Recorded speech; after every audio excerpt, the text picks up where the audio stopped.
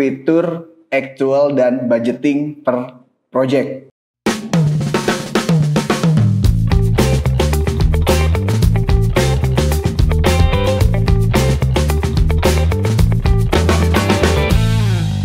Halo sahabat Accurate, kembali lagi di YouTube channelnya Seto Consultant. Nah, pada video kali ini kita akan coba membahas tentang salah satu fitur unggulan yang ada di Accurate Online, yaitu fitur actual dan budgeting per project. Oke, gimana cara bikin actual dan budgeting per project? Yuk, kita simak sama-sama caranya. Oke, sekarang saya sudah masuk di Accurate Online. Nah, untuk fitur project dan departemen, pertama harus kita aktifkan dulu, yaitu di bagian di sini ya, di bagian marketplace kita buka. Nah, di sini ada add-ons namanya Cost and Profit Center. Kita buka, ini sudah aktif ya. Jadi kalau nanti Bapak Ibu belum aktif, ini tinggal diaktifkan terlebih dahulu. Oke.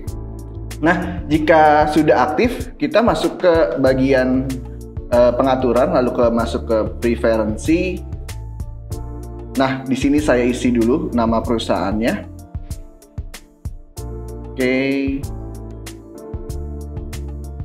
Di sini semua saya isi. Oke. Nah, di bagian fitur, fitur projectnya ini kita centang ya, kita aktifkan, lalu kita klik simpan. Nah, itu artinya sudah tersetting untuk fitur projectnya. Lalu kita kemudian bikin master projectnya, itu dimana di bagian perusahaan, lalu ada proyek di sini ya. Nah, sekarang kita bikin satu. Saya bikin di sini proyek ABC yang pertama. Lalu yang kedua, kita coba bikin nama proyeknya proyek DEF. Oke, jadi di sini in case saya punya dua contoh proyek, yaitu proyek ABC dan proyek DEF. Oke, lalu untuk cara membuat anggarannya seperti apa? Oke, kita masuk ke modul buku besar, lalu klik fitur anggaran.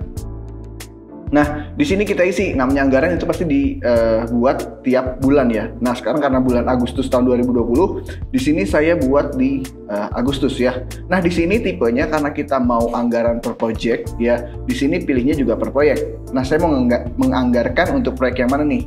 Oke, di sini proyek ABC. Nah, saya sudah pilih proyeknya proyek ABC, lalu di sini akun. Nah, akun mana yang ingin saya anggarkan? Nah, ini untuk anggaran itu hanya bisa di akun bertipe profit and loss ya. Jadi masuk kategori profit and loss. Untuk neraca itu belum bisa dianggarkan per proyek. Oke, di sini saya contoh saja ya. Oke, untuk proyek ABC, saya di sini ada biaya listrik ya, beban listrik dan air. Contoh di sini saya input budget di bulan Agustus, ini budgetnya misalnya 3 juta rupiah. Oke. Lalu di sini juga saya ingin membudgetkan untuk penjualannya. Di sini in case penjualan aksesoris handphone. Ya, di sini saya budgetin di bulan Agustus itu harus ada penjualan senilai 10 juta rupiah. Ya. Oke, ini untuk proyek ABC. Jadi ada beban listrik dan penjualan aksesoris handphone. Oke, ini saya simpan. Lalu kedua di bulan Agustus juga, di sini untuk proyek DEF-nya ya. Di sini proyek DEF. Ini saya pilih akun yang sama, jadi akunnya cukup satu aja. Di sini beban listrik. Di sini saya kasih budget 2 juta rupiah. Oke, lanjut.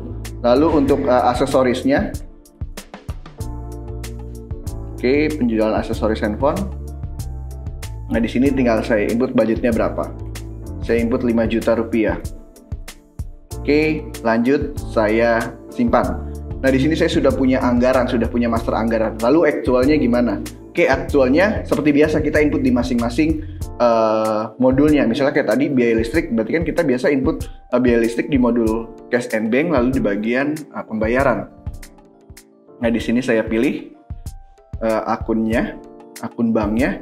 Nah, di sini saya pilih akun biaya listriknya, beban listrik. Nah, di sini contoh di bulan Agustus saya ada pembayaran listrik sebesar 1.500.000. Nah, di sini jangan lupa untuk proyeknya ya. Ini punyanya proyek mana? Oh, ini punyanya proyek ABC. Oke, lanjut. Nah, misalnya dalam satu pembayaran itu bisa juga multi proyek ya. Di sini misalnya di sini saya mau input juga untuk beban listrik ya di satu voucher. Nah ya, untuk satu voucher ini kita adalah per proyek. Tapi kalau misalnya mau diubah, ini tinggal seperti ini ya. Misalnya ini punyanya proyek DEF ya. Di sini saya input punya DEF 800.000 misalnya. Oke, nah di sini saya tinggal ubah ini punya proyek DEF. Oke, ini punya proyek ABC 1.500.000 dan ini punyanya proyek DEF 800.000 rupiah. Oke, di sini saya simpan. Jadi untuk input aktualnya di masing-masing modulnya. Lalu untuk penjualannya gimana? Kalau untuk penjualannya, tadi kan saya ada budgeting penjualan ya. Berarti pada saat saya input faktur penjualan ya. Di sini saya coba bikin invoice. Karena ada aksesoris handphone, saya coba pilih ini. Ya. Ini saya masukin kuantitinya. Oke, saya lanjut. Nah, di sini ada proyeknya ya. Jangan lupa diisi ini punyanya proyek mana. Contoh ini punyanya proyek ABC. Lanjut. Ini kita coba per invoice ya. Ini punyanya proyek ABC. Ini saya simpan. Oke.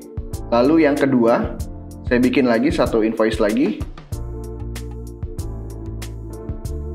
Oke. Yang di sini punyanya proyek DEF ya. Jadi tadi saya sudah input 2 biaya dan 2 pemasukan. Oke, di sini saya lanjut, saya simpan.